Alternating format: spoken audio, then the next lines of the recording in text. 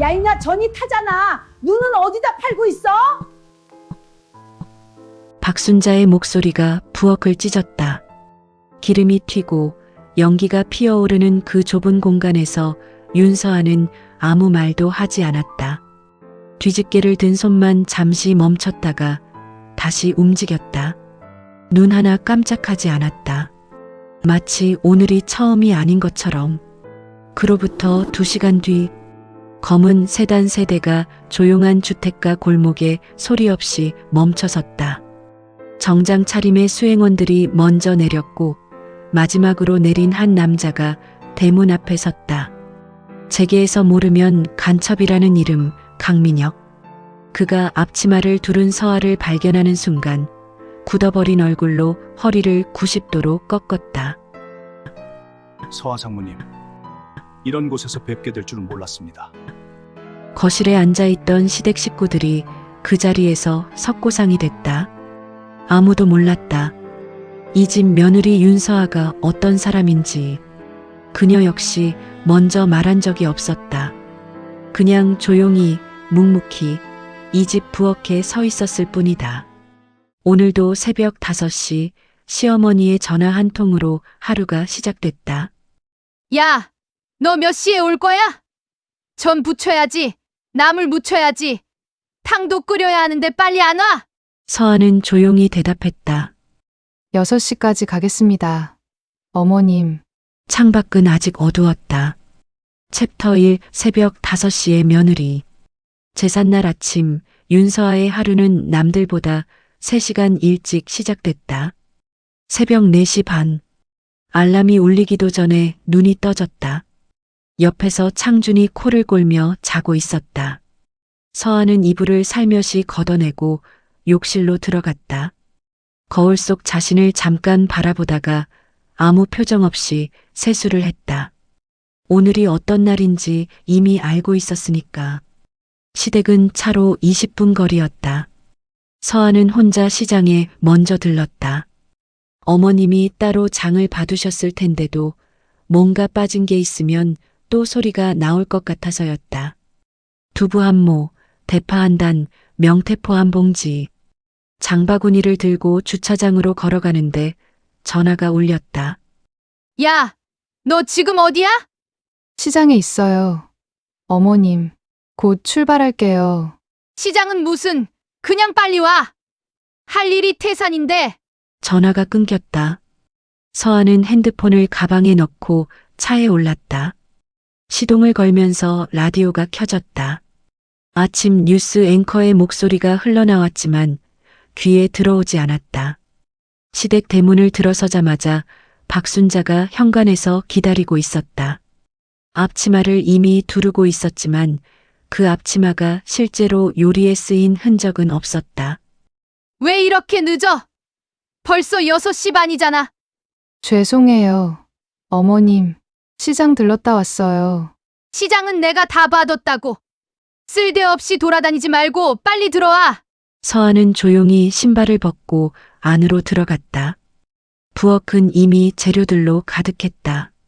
전을 부쳐야 했고, 탕국을 끓여야 했고, 나물 3가지를 무쳐야 했고, 떡도 접시에 담아야 했다. 혼자서 큰형님 최은경은 거실 소파에 앉아 핸드폰을 보고 있었다.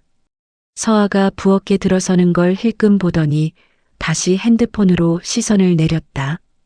인사 한마디 없었다. 아주버님 이정호는 안방에서 정장을 고르고 있었다.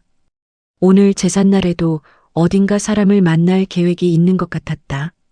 남편 창주는 거실 한쪽 구석에 어정쩡하게 서 있다가 서아와 눈이 마주치자 쓴웃음을 지었다. 나 좀 도와줄까? 창준이 부엌 쪽으로 걸음을 옮기려는 순간 박순자가 거실에서 소리쳤다. 창준아, 이리 와봐. 제사상 위치 좀 봐줘야지. 창준은 서아를 한 번 보고 어머니를 한 번 봤다. 그리고 거실로 나갔다. 서아는 그 뒷모습을 잠깐 바라보다가 앞치마를 꺼내 들었다. 부엌에 혼자 남았다. 기름을 두르고 팬을 달궜다.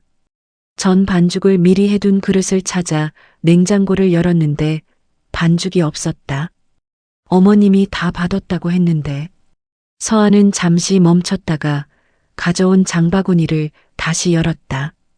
두부와 명태포로 반죽을 처음부터 만들었다. 아무 말 없이 두부전이 노릇하게 익어가는 냄새가 부엌을 채울 때쯤 박순자가 부엌 문틈으로 얼굴을 들이밀었다. 야, 고사리 나물은 언제 해? 손님들 오기 전에 다 차려야 한다고. 네. 전 다 되면 바로 할게요. 말은 잘하네. 빨리빨리 좀 해. 박순자가 다시 사라졌다. 서아는 팬 위에 전을 뒤집었다. 노릇하게 잘 익었다. 부엌 창문 너머로 아침 햇살이 들어왔다. 서아는 그 빛을 잠깐 바라봤다. 아무도 보지 않는 순간이었다. 그 표정이 무엇인지 딱히 이름 붙이기가 어려웠다. 슬픔도 아니고 분노도 아니었다. 그냥 오래된 무언가를 참아온 사람의 얼굴이었다. 챕터 2 차려도 끝이 없는 상. 전이 다 붙여질 때쯤 시댁 친척들이 하나둘 들어오기 시작했다. 박순자의 여동생 내외, 시아버지 제삿날이면 빠지지 않고 나타나는 먼 친척 두 가족, 그리고 이정호의 지인 몇 명. 현관이 시끄러워지고 거실이 북적해졌다. 웃음소리, 인사소리, 아이들 뛰어다니는 소리. 서아는 그 소리들을 부엌 안에서 들었다. 아무도 부엌을 들여다보지 않았다. 고사리 나무를 묻히면서 서아는 등이 뻐근해지는 걸 느꼈다. 새벽부터 서 있었으니까. 잠깐 스트레칭이라도 하려고 허리를 펴는데 박순자가 부엌 문을 열었다. 야, 시금치 나물은? 아직도 안 됐어? 지금 하고 있어요, 어머님. 손님들 다 왔는데 상이 비면 어떡해. 좀 빨리 좀 해줄 수 없어? 문이 다시 닫혔다. 서아는 손을 멈추지 않았다. 거실에서는 한창 웃음꽃이 피고 있었다. 이정호가 누군가에게 사업 이야기를 늘어놓고 있었고 박순자는 친척들에게 큰며느리 은경을 소개하고 있었다. 우리 큰며느리 이번에 문화센터에서 플로리스트 자격증 땄어. 손재주가 얼마나 좋은지 몰라. 은경이 수줍은 척 웃으며 손사래를 쳤다. 어머니도 참 별거 아닌데요. 별거야 별거. 우리 집 큰며느리 최고야. 서아는 그 대화를 듣지 못한 척했다. 들었다 하더라도 달라질 건 없었으니까. 탕국이 끓기 시작했다. 서아는 불을 줄이고 뚜껑을 살짝 열어뒀다. 그때 창준이 부엌으로 들어왔다. 친척들 눈을 피해 살그머니 들어온 얼굴이었다. 나 뭐 도와줄까? 서아는 창준을 잠깐 봤다가 고개를 저었다. 괜찮아. 거의 다 됐어. 미안해. 아까도 그렇고 신경 쓰지 마. 창준은 뭔가 더 말하려다가 입을 닫았다. 서아도 더 말하지 않았다. 두 사람 사이에 잠깐 침묵이 흘렀다. 탕국 끓는 소리만 가득했다. 창준이 머뭇거리다 말했다. 그래도 내가 그릇이라도 날라줄게. 서아는 짧게 고개를 끄덕였다. 창준이 완성된 전 접시를 들고 거실로 나갔다. 그걸 보며 박순자가 한 소리 했다. 창준아, 그건 내가 들고 다니는 게 아니야. 며느리 시켜. 제가 하면 되죠, 뭐. 남자가 부엌 일하는 거 보기 싫어. 들어가.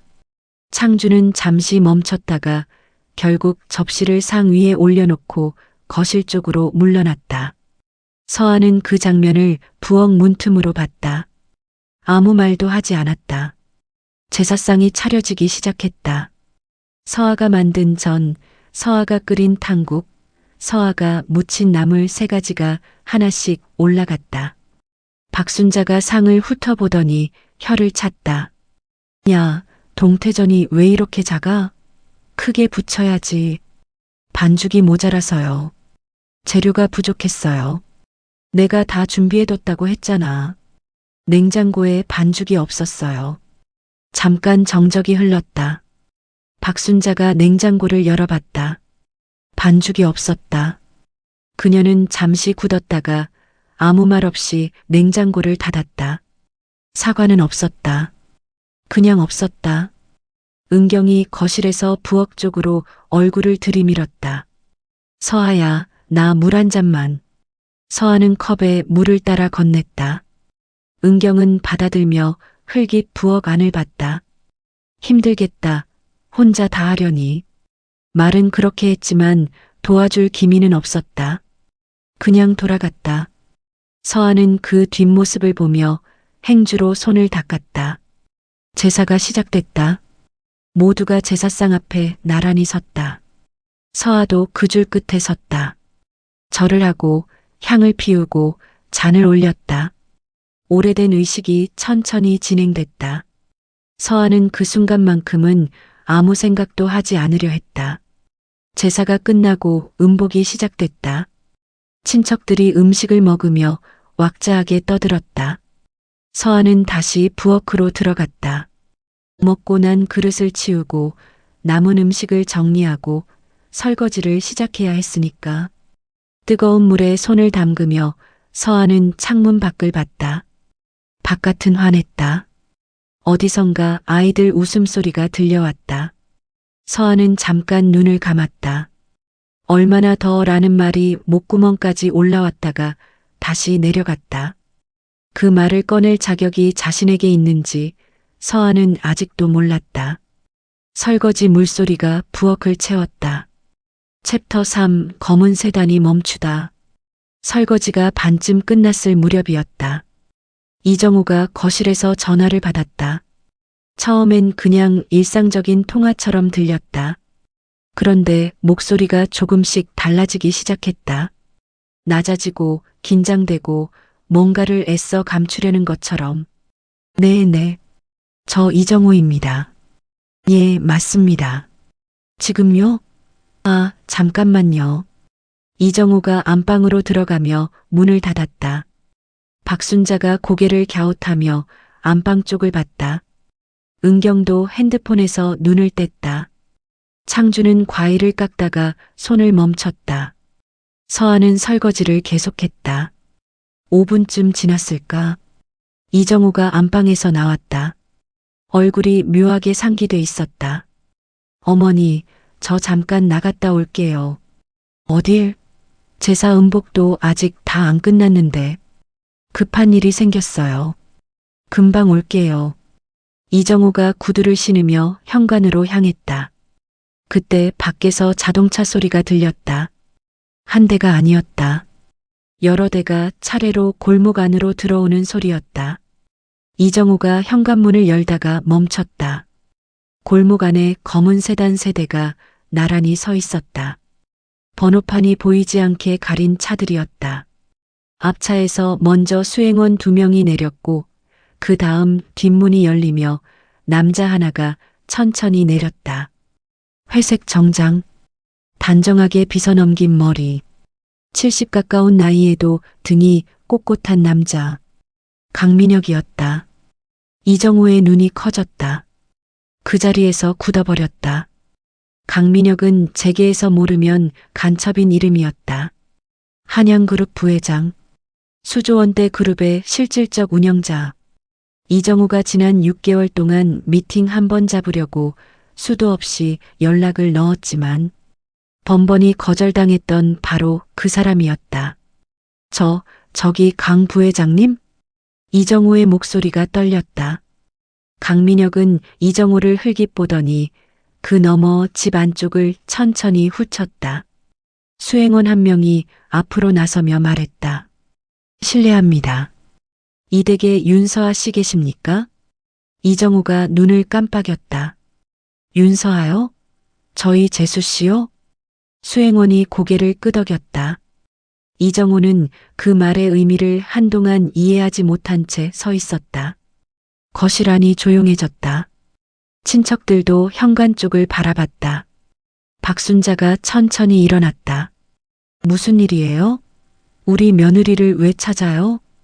강민혁은 대답하지 않았다. 그냥 조용히 집 안을 바라봤다. 그 눈빛이 단순한 방문객의 눈빛이 아니었다. 뭔가를 오래 찾아다닌 사람의 눈빛이었다. 부엌에서 그 소리를 들은 건 서아였다. 수행원의 목소리가 분명히 들렸다. 윤서아 씨. 그 두 음절이 귀에 박히는 순간 서아의 손이 멈췄다. 물이 흐르는 소리 사이로 심장 소리가 들리는 것 같았다. 서아는 천천히 수도꼭지를 잠갔다. 행주로 손을 닦으며 창문 밖을 봤다. 골목 쪽으로 검은 차들이 보였다. 서아는 잠깐 눈을 감았다가 떴다. 예상보다 빨리 왔구나. 그 생각이 스쳤다. 딱 그것뿐이었다. 서아는 앞치마를 고쳐 매고 부엌 문을 열었다. 거실이 조용했다. 친척들이 모두 현관 쪽을 바라보고 있었다. 창준이 고개를 돌려 서아를 봤다. 눈빛에 물음표가 가득했다. 서아는 그 시선들을 지나 천천히 현관 쪽으로 걸어갔다. 앞치마를 두른 채로 머리카락이 조금 흐트러진 채로 새벽부터 부엌에 서 있었던 그 모습 그대로였다. 강민혁과 눈이 마주쳤다. 강민혁의 표정이 일순간 굳었다. 그리고 무너졌다. 오래 찾던 것을 찾은 사람의 얼굴이었다. 서아 상무님. 그 한마디가 골목 안에 조용히 퍼졌다. 시댁 식구들이 그 말을 들은 순간 아무도 아무 말도 하지 못했다. 서아는 강민혁을 바라봤다. 표정이 없었다. 아니, 정확히는 너무 많은 것을 억누르고 있는 얼굴이었다. 부회장님, 여기까지 오실 것 없었는데요. 목소리는 조용했다.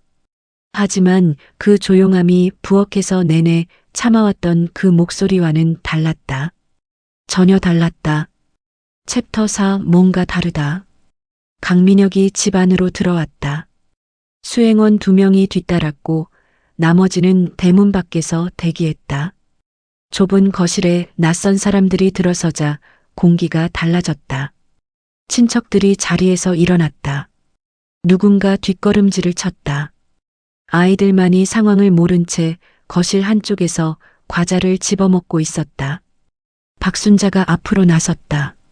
저 실례지만 어디서 오셨어요? 오늘 저희 제삿날인데. 강민혁이 박순자를 보며 정중하게 고개를 숙였다. 갑작스럽게 찾아와서 죄송합니다. 급한 일이 생겨서요. 급한 일이라니 우리 며느리한테 무슨 일이에요? 강민혁은 대답 대신 서아를 바라봤다. 서아가 조용히 입을 열었다. 어머님, 제가 아는 분이에요. 잠깐 얘기 좀 나눠도 될까요? 박순자가 서아와 강민혁을 번갈아 봤다. 입이 열렸다 닫혔다.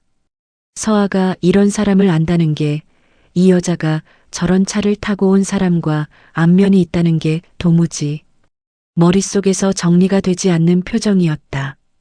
이정우가 앞으로 나섰다. 강 부회장님, 저 이정우입니다. 저희가 몇 달 전에 연락을 드렸었는데 기억하실지 모르겠습니다만. 강민혁이 이정우를 봤다. 잠깐이었다. 그리고 다시 서아에게로 시선이 돌아갔다. 네, 기억합니다. 딱 3글자였다.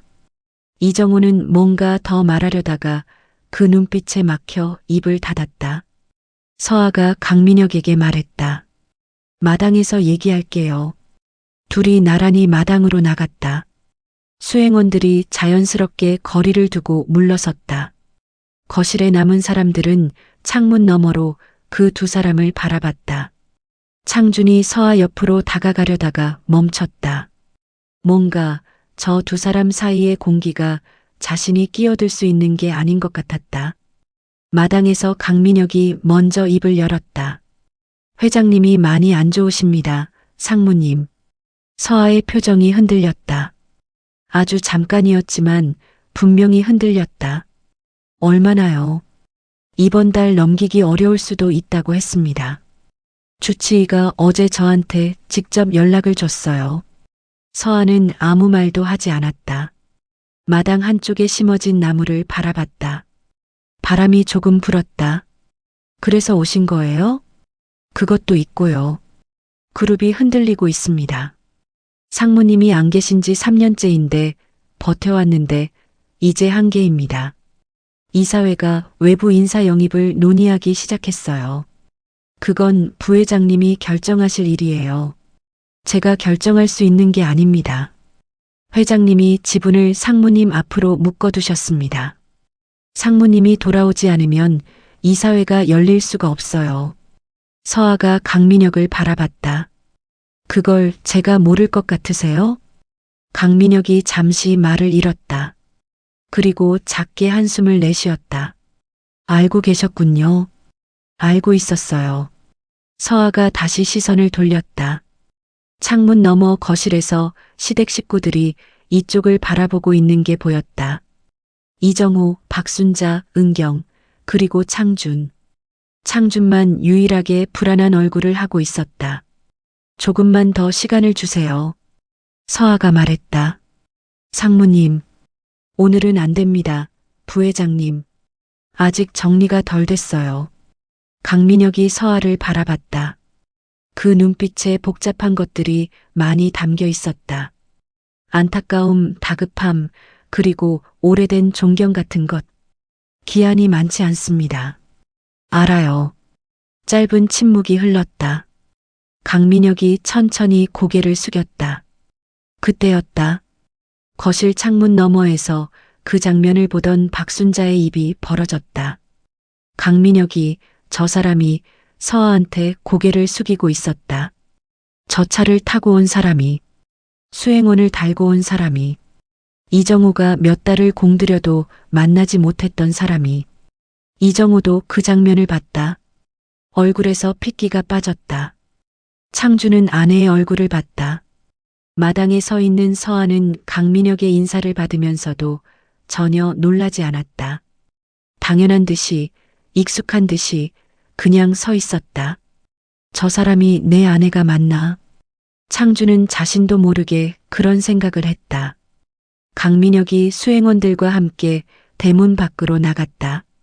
차 문이 닫히고 세단들이 조용히 골목을 빠져나갔다. 서아는 그 차들이 사라질 때까지 서 있다가 천천히 몸을 돌렸다. 거실 문을 열고 들어서는 서아를 모두가 바라봤다. 아무도 말을 꺼내지 못했다. 서아는 그 시선들을 지나 부엌으로 걸어갔다. 앞치마를 다시 메었다. 개수대에 남아있는 그릇들이 아직 있었다. 서아는 수도꼭지를 틀었다. 뒤에서 박순자의 목소리가 들렸다. 야, 저 사람이 누구야? 서아는 대답하지 않았다. 물소리가 그 질문을 덮었다. 챕터 5, 그녀의 진짜 이름. 설거지가 끝났다. 서아가 행주로 손을 닦고 앞치마를 벗으려는데 박순자가 부엌 문을 열고 들어왔다. 뒤에 이정호와 은경이 따라붙었다. 창준은 그 뒤에서 어정쩡하게 서 있었다. 친척들은 눈치를 보며 거실에 남았다. 부엌이 갑자기 좁아졌다. 박순자가 팔짱을 끼고 서아를 바라봤다. 야, 아까 그 사람이 누구냐고. 서아는 행주를 개수대 옆에 걸었다. 아는 분이라고 했잖아요, 어머님. 아는 분? 그게 말이야? 저런 차를 끌고 와서 너한테 고개를 숙이는 사람이 그냥 아는 분이야? 이정우가 한 발 앞으로 나섰다. 목소리를 낮췄지만 그 안에 긴장이 가득했다. 재수 씨, 강민혁 부회장님이랑 어떻게 아는 사이예요? 한양그룹 강민혁 부회장님 맞죠?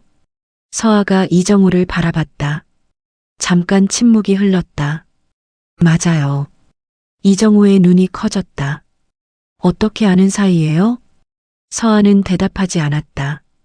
대신 앞치마를 반듯하게 접어서 식탁 위에 올려놓았다. 그 동작이 너무 차분해서 오히려 그 차분함이 이 공간을 더 무겁게 만들었다. 박순자가 목소리를 높였다. 야, 어른이 물어보면 대답을 해야지. 뭘 그렇게 가만히 서 있어? 창준이 그때 앞으로 나섰다. 어머니, 잠깐만요. 창준이 서아를 봤다. 여보, 나한테도 말 안 해줄 거야? 서아가 창준을 바라봤다. 오래 바라봤다. 창준의 눈에는 화가 없었다. 그냥 모르겠다는 얼굴이었다. 3년을 함께 살았는데 지금 이 순간 아내가 낯선 사람처럼 느껴진다는 얼굴이었다. 서아가 천천히 입을 열었다. 강민혁 부회장님은 저희 아버지 회사 사람이에요. 정적이 흘렀다. 박순자가 미간을 찌푸렸다. 아버지 회사? 너희 아버지가 한양그룹이랑 무슨 상관이야? 저희 아버지가 한양그룹 창업주예요. 아무도 말을 하지 않았다. 은경의 손에서 찻잔이 기울었다. 간신히 잡았다. 이정호는 입을 벌린 채로 굳어버렸다. 박순자는 눈을 깜빡이다가 웃음을 터뜨렸다. 말도 안 된다는 웃음이었다. 야, 무슨 소리야, 지금. 한양그룹 창업주가 누군지 알아? 윤병철 회장이잖아. 너 성이 윤가이긴 하지만. 박순자가 말을 멈췄다. 서아가 조용히 말했다. 윤병철 회장이 제 아버지예요. 이번엔 웃음이 나오지 않았다. 이정우가 목소리를 짜냈다. 그럼 재수 씨가 윤 회장님 딸이라는 거예요? 네.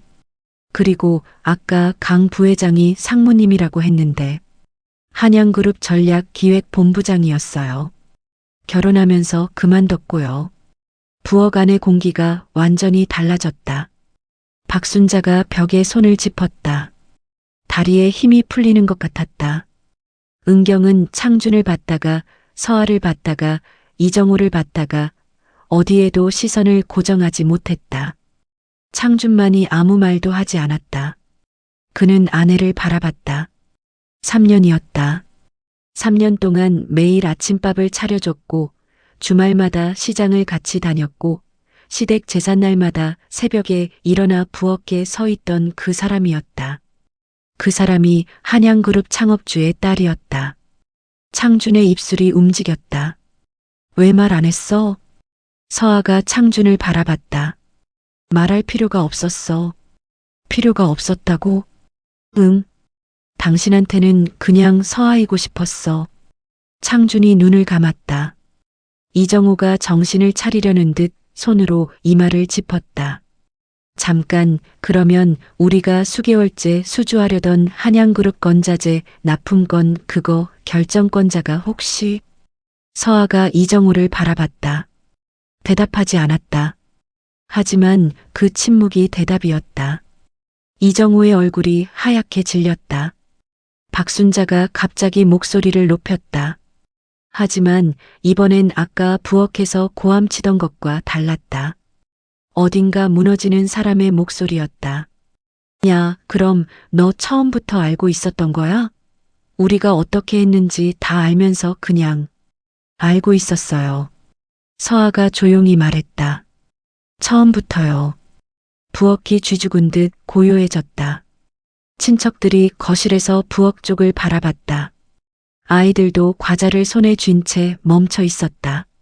서아는 식탁 위에 올려둔 앞치마를 한번 바라봤다가 부엌 문 쪽으로 걸어갔다. 오늘 수고 많으셨어요.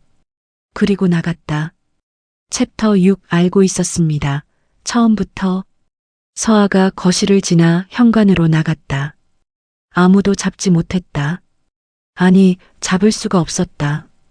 방금 전까지 부엌에서 전을 부치고 나무를 묻히던 그 며느리가 수조원대 그룹의 창업주 딸이라는 말이 아직도 머릿속에서 정리가 되지 않았다. 박순자가 주저앉듯 거실 소파에 앉았다. 손이 떨렸다. 이정호는 현관 쪽을 바라보다가 빠르게 신발을 신었다. 재수 씨, 잠깐만요. 마당으로 나가니 서아가 대문 앞에 서 있었다. 핸드폰을 꺼내 어딘가에 전화를 거는 중이었다. 이정우가 다가가자 서아가 전화를 끊고 돌아봤다. 이정우가 목소리를 낮췄다. 재수 씨, 아까 한양그룹 건자재 납품건 말인데요. 혹시 그 결정이 재수 씨한테 달려 있는 건 맞아요? 서아가 이정우를 바라봤다. 지금 그게 궁금하세요, 아주버님? 이정우가 머쓱한 듯 목을 가다듬었다. 아니, 그게 아니라 저희가 그동안 공을 많이 들였는데 혹시 오해가 있었다면 풀고 싶어서요. 오해요. 서아가 조용히 되뇌었다. 제가 그건 알고 있었어요.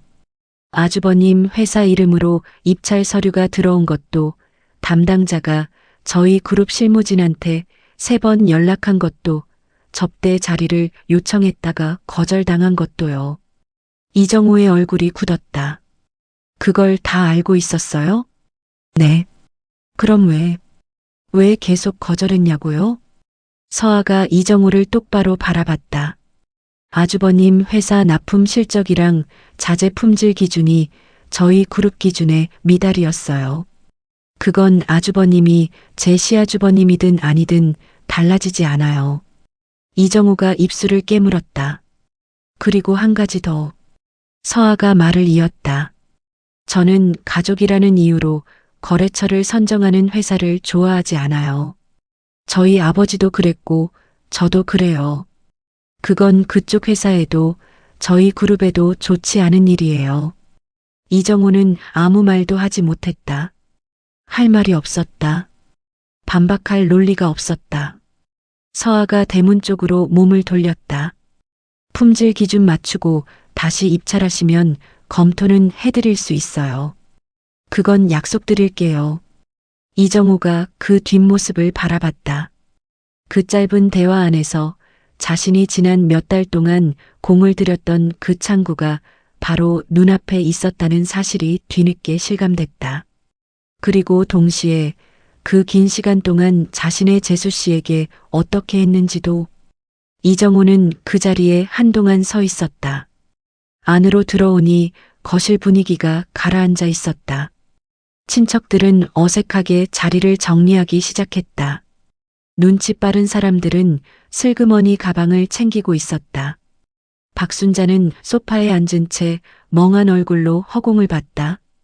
은경이 조용히 이정우 옆으로 다가왔다. 어떻게 됐어요? 이정우는 대답하지 않았다. 창준이 마당으로 나왔다. 서아는 대문 밖 골목에 서 있었다. 혼자였다. 바람이 불어 머리카락이 흩어졌다.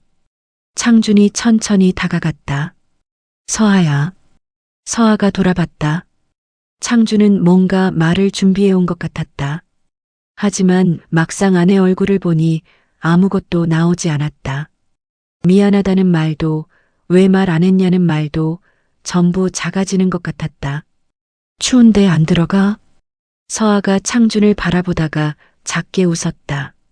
오늘 처음으로 짓는 웃음이었다. 잠깐 바람 쐬고 싶었어. 창준이 옆에 나란히 섰다. 골목 끝으로 강민혁의 차가 떠난 자리가 텅 비어 있었다. 창준이 조용히 물었다. 언제부터 알았어? 내가 모른다는 거. 처음부터. 그래도 말 안 한 이유가 뭐야?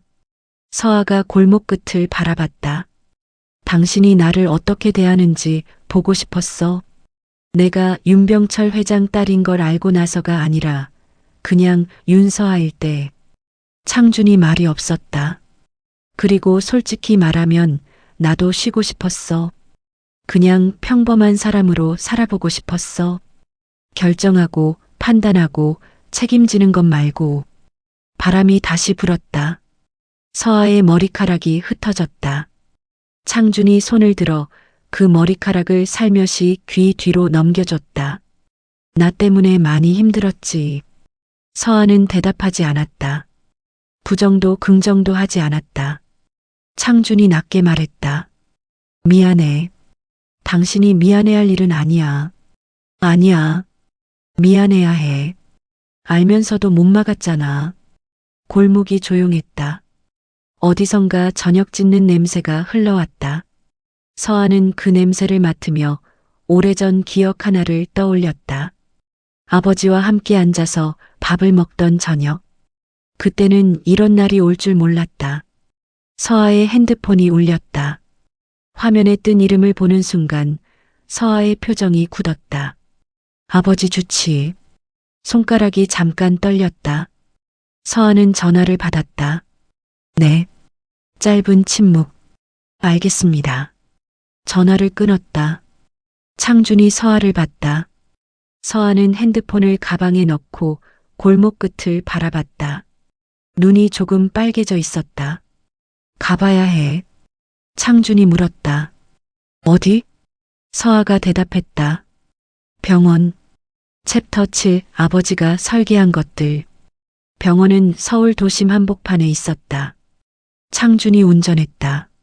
서아는 조수석에 앉아 창밖을 바라봤다. 아무 말도 하지 않았다. 창준도 묻지 않았다. 그냥 운전했다. 신호가 바뀔 때마다 차가 멈추고 또 출발했다. 그 반복 속에서 두 사람 사이의 침묵은 무겁지 않았다. 오히려 오래된 것처럼 편안했다. 이상하게도 병원 로비에 들어서자 강민혁이 기다리고 있었다. 창준을 보더니 잠깐 눈빛이 흔들렸다가 서아에게 고개를 숙였다.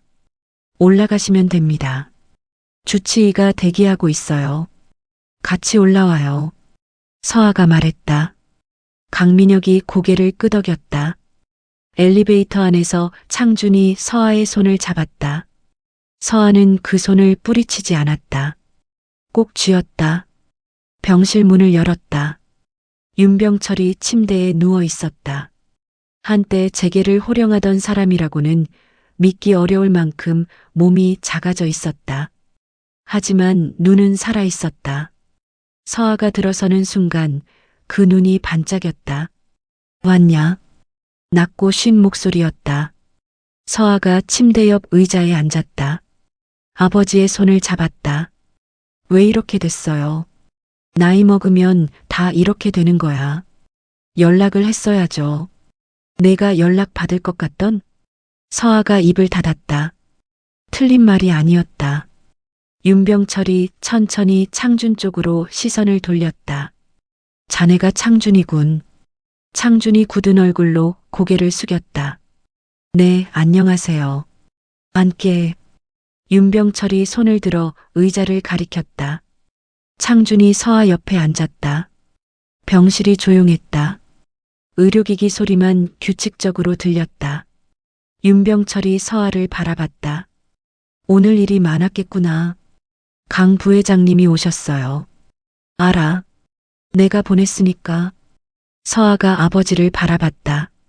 알고 있었어요. 그래, 알고 있었겠지. 윤병철이 낮게 웃었다. 기침이 조금 따라왔다. 창준 씨한테 얘기해도 되겠냐? 서아가 잠깐 창준을 봤다가 고개를 끄덕였다. 윤병철이 천천히 입을 열었다.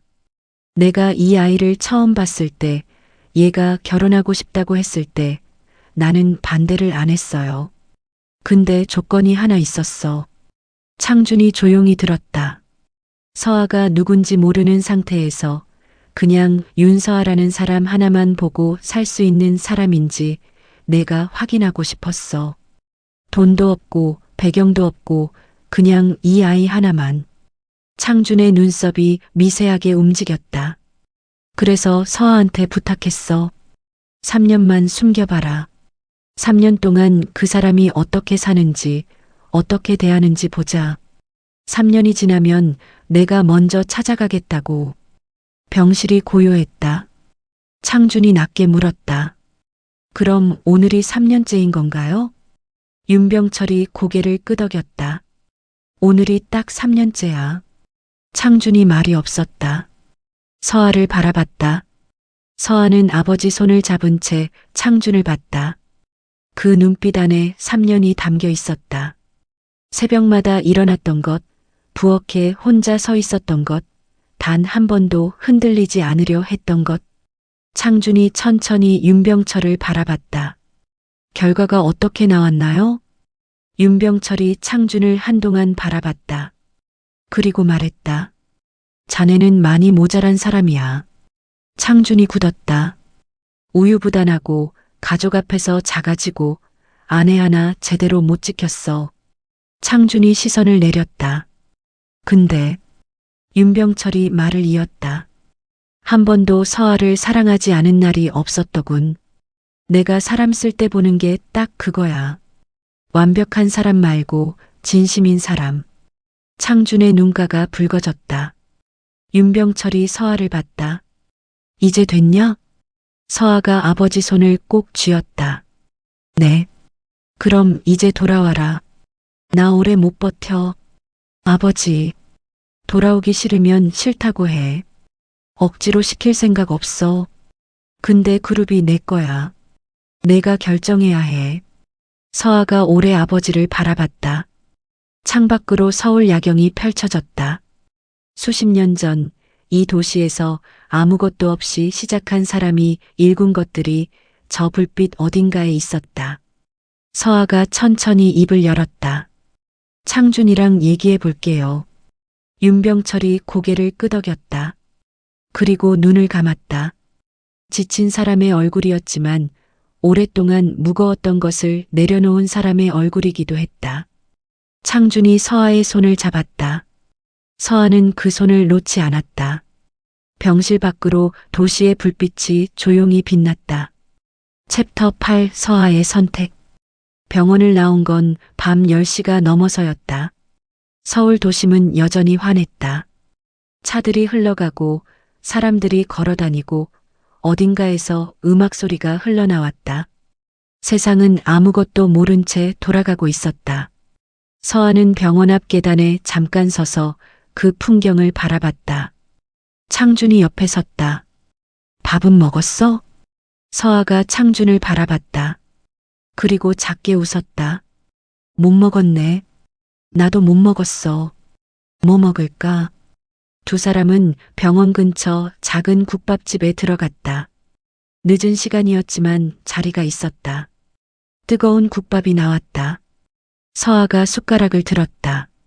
새벽부터 지금까지 오늘 하루 동안 제대로 앉아서 먹는 첫 끼였다. 한동안 말없이 먹었다. 창준이 먼저 입을 열었다. 아버님 말씀 많이 생각했어. 서아가 국밥 그릇에서 눈을 들었다. 나 많이 모자란 사람인 거 알아. 오늘 그 말 들었을 때 반박을 못했어. 맞는 말이니까. 창준아. 근데 있잖아. 창준이 서아를 바라봤다. 나 앞으로는 달라질 수 있어. 오늘 이후로는 진짜로. 서아가 창준을 오래 바라봤다. 그 눈빛 안에 뭔가를 재고 있는 것 같았다. 3년을 버텨온 사람이 다음 3년을 어떻게 살지 결정하는 얼굴이었다. 알아. 서아가 말했다. 나도 잘못한 게 있어. 처음부터 말했어야 했는데. 숨기는 게 나한테 편한 거였지. 당신한테 공평한 건 아니었어. 창준이 고개를 저었다. 아니야. 나라도 그랬을 것 같아. 그냥 나로 살고 싶었던 거잖아. 서아가 숟가락을 내려놨다. 창준아, 나 다시 일 시작할 것 같아. 창준이 고개를 끄덕였다. 놀라지 않았다. 알고 있었어. 아버님 상태 보니까 많이 바빠질 거야. 지금이랑 많이 달라질 거고. 나 그런 거 괜찮아. 시댁 문제도 있어. 창준이 잠깐 말을 멈췄다가 입을 열었다. 그것도 내가 정리할게. 이제는 내가 해야지. 서아가 창준을 바라봤다. 진심이야? 응. 오늘 하루 동안 많이 부끄러웠어. 서아, 내가 새벽부터 혼자 부엌에 서 있는 거 나는 알면서 외면했잖아. 그게 제일 부끄러워. 국밥집 안이 조용했다. 주인 아주머니가 멀찍이서 반찬을 채워주고 물러났다. 형광등 불빛이 두 사람을 고르게 비췄다. 서아가 숟가락을 다시 들었다. 다 먹고 가자. 어디? 시댁. 창준이 눈을 깜빡였다. 지금? 응. 할 말이 있어. 시댁 불은 아직 켜져 있었다. 초인종을 누르자 박순자가 나왔다. 서아를 보는 순간 표정이 굳었다가 뭔가 복잡한 것들이 한꺼번에 지나갔다. 민망함, 당혹감, 그리고 그 밑에 깔린 두려움 같은 것. 서아가 먼저 말했다. 들어가도 될까요, 어머님? 박순자가 말없이 문을 열어줬다. 거실에 이정우와 은경도 있었다. 친척들은 이미 다 돌아간 뒤였다. 세 사람이 서아를 바라봤다. 아무도 먼저 입을 열지 않았다. 서아가 소파 앞에 서서 천천히 입을 열었다. 오늘 제가 먼저 말씀드렸어야 했는데 그러지 못해서 죄송해요. 박순자가 눈을 깜빡였다. 예상하지 못한 말이었다. 제가 신분을 숨긴 건 어머님을 속이려던 게 아니었어요. 그냥 저로 살고 싶었어요. 누구 딸이 아니라 이 집 며느리로. 이정우가 시선을 내렸다. 서아가 말을 이었다. 근데 오늘 하루를 돌아보니까 저도 욕심이 있었던 것 같아요. 인정받고 싶었던 것 같아요. 배경 없이 그냥 이 사람으로. 박순자의 눈가가 떨렸다. 어머님한테 서운한 게 없다고 하면 거짓말이에요. 근데 어머님이 나쁜 사람이라고 생각하지는 않아요. 그냥 몰랐던 거라고 생각해요. 박순자가 입술을 달싹였다. 내가 많이 심했지. 처음으로 나온 말이었다. 변명도 아니고 해명도 아닌 말이었다. 서아가 고개를 끄덕였다. 네, 많이 힘들었어요. 솔직한 대답이었다. 괜찮다고 하지 않았다. 아무렇지 않았다고 하지 않았다. 그냥 힘들었다고 했다. 그 솔직함이 오히려 박순자의 가슴을 더 깊이 찔렀다. 박순자가 눈을 감았다가 떴다. 미안하다. 거실이 고요했다. 이정우가 헛기침을 했다. 저도 재수 씨한테 할 말이 없네요. 오늘 일 생각하면. 서아가 이정우를 바라봤다. 아주버님, 납품 건은 아까 말씀드린 대로예요. 기준 맞추시면 검토해 드릴게요. 그건 약속드려요. 이정우가 고개를 끄덕였다. 고맙다는 말을 하려다가 입을 닫았다. 지금 그 말을 할 자격이 있는지 스스로도 몰랐으니까. 창준이 박순자 앞에 섰다. 어머니, 앞으로는 제가 잘못한 부분 말씀드릴 거예요. 서아가 힘든 일 있으면 제가 먼저 나설 거고요. 그게 늦었지만 이제라도 해야 할 것 같아요. 박순자가 아들을 바라봤다. 뭔가 말하려다가 그냥 고개를 끄덕였다. 서아가 가방을 들었다. 그럼 저희 가볼게요, 어머님. 박순자가 서아를 불렀다. 서아야. 서아가 돌아봤다. 박순자가 입을 열었다가 닫았다가 한참 만에 말했다. 다음에 밥 한번 먹자. 내가 살게. 서아가 박순자를 바라봤다. 그리고 조용히 말했다. 네, 어머님. 집으로 돌아오는 차 안에서 서아는 창밖을 바라봤다. 도시의 불빛이 흘러갔다. 내일부터 달라질 것들이 많았다. 아버지의 병원, 그룹의 이사회, 쌓여있을 서류들. 3년 동안 내려놨던 것들을 다시 들어야 했다. 무겁겠지. 힘들겠지. 근데 이번엔 혼자가 아니었다. 창준이 운전하면서 말했다. 서아야. 응.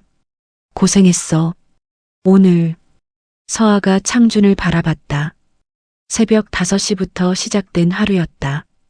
전을 부치고 나무를 묻히고 설거지를 하고 골목에 서 있었고 병원을 다녀왔고 시댁으로 돌아갔다. 서아가 조용히 말했다. 응, 고생했어. 차가 달렸다. 불빛이 흘렀다. 두 사람은 더 이상 말하지 않았다. 그래도 됐다. 말하지 않아도 되는 사이가 됐으니까. 진짜로.